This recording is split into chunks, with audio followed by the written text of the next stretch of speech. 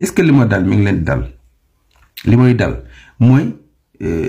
su may seetaan ministre de l'agriculture kër agriculture Sénégal damay kontaan quoi damay bég maanaam waa ji dañoo jox mbay mi koo xam te ni dafa bëgg mbay maanaam moom passion la am ci liñ ko jox maanaam daf ko bëgg ba pare daf ko xam daf ko bëgg daf ko xam muy agriculture ak élevage donc bu ci wax da ngay bég kii moo jar a defaral 72 heures ci lu baax da ngay gis ni tey gis dajeem ak premier ministre boo ko seetaanee sa xol dafay seet da nga xam ne ñii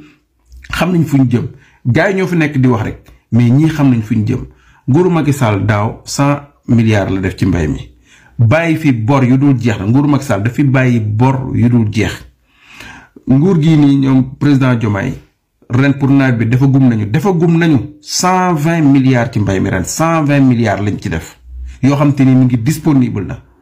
ci 120 milliards yooyu noonu ba pare ñu may ministre bi 10 jours pour mu fay bor yi nga xamante ni nguuru Macky Sall daf ko fi bàyyi bor yi du boru 2023 de bor yu yàgg la yu mu bàyyi woon nii ba taxoon bor yooyu tax ñi nga xamante ni ñooy lebal baykat yooyu nangootuñu woon génnee xaalis parce que tellement bor yi dafa yàgg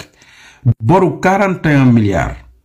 nguur gi fa séeré na ko fay d'ici 10 jours may nañ ko ministre bi d'ici 10 jours mu fay bor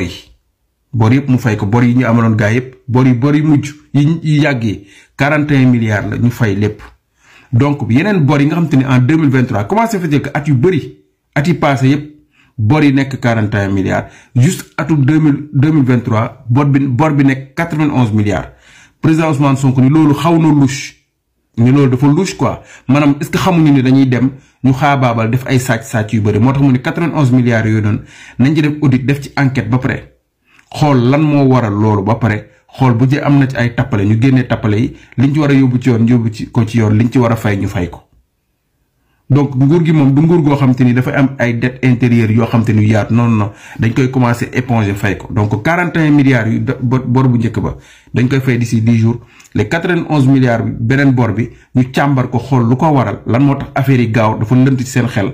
ba xam lan moo ko waral ba pare ñuy soog a fay li ñu war a fay bu dee am na leen loo xam te ni dafa war a leer. donc ñu jëlaat beneen décision tey ci gisee premier président Ousmane Sonko ak ministre bi ak techniciens yi nekk lépp ci affaire bay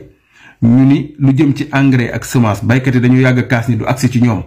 ndax dafa am Cissé Lo wax na ko dafa am ay deal ak ay tappale yu am ci biir yoo xam te ni yu bëri du àgg ci ñoom gars yi dañ koy jaayaat di lekk xaalis bi léegi ci loolu dañu jël décision engrais bi ak semence bi gars yi dañoo jël décision jox ko armée bi ànd ak armée bi dañu ànd ak armée bi pour distribution bi armée bi moo koy yor xanaa du ñii ñoo bëgg lu leer xanaa du ñii ñoo bëgg lu wóor ñii li leen tax a jóg du rek bay nii dañoo bëgg bay di dunde bay exporter loolu mooy seen yitte Sénégal ñii ñooñu pour bay dunde dañoo bëgg bay Sénégal am autosuffisant ba ñu mën a jël di exporter loolu mooy seen yitte ci lii lañu war a wax. donc semence bu ko armée bi jëlee ak gendarmerie ak préfet sous préfet yi gars yi organiser ko ba nga xam te dina àgg ci baykat yi àgg fa mu war a àgg parce que bu njëkk ay nit ñoo daan jaar ci biir intermédiaire jël affaire di ci def lu leen neex loolu nag day dakk